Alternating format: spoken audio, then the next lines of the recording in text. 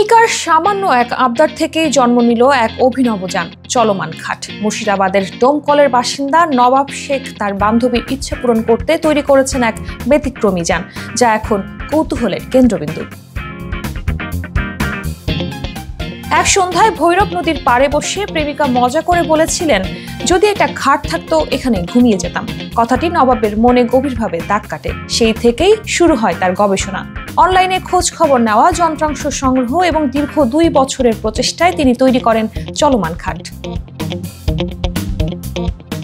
প্রমাণ সাইজের এই খাটে রয়েছে 4টি চাকা, স্টিয়ারিং, 800 সিসির ইঞ্জিন, লুকিং গ্লাস, তোষক বালিশ সহ আরামের পুরো ব্যবস্থা। এটি মূলত একটি প্রোটোটাইপ, যা নবাব রাস্তায় পরীক্ষার জন্য ঈদের ছুটিতে বের করেছিলেন। খাটের উপর আয়েশ করে বসে কিংবা দাঁড়িয়ে রিল ভিডিও বানানোর ব্যস্ত ছিলেন তরুণীরা।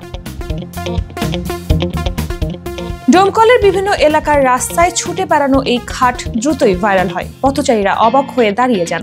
গাড়ি বাহকরা পাশ কাটিয়ে ছুটতে থাকা খাটের দৃশ্য উপভোগ করেন।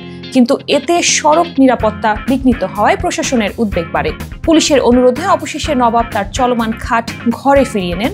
স্বস্তি মিলে প্রশাসনের। নবাবের ভাষায় এটি পরীক্ষামূলক মডেল। মানুষের প্রতিক্রিয়া বোঝার জন্য রাস্তায় বের করেছিলাম। পুরোপুরি প্রস্তুত হতে আরো কিছুদিন সময় লাগবে।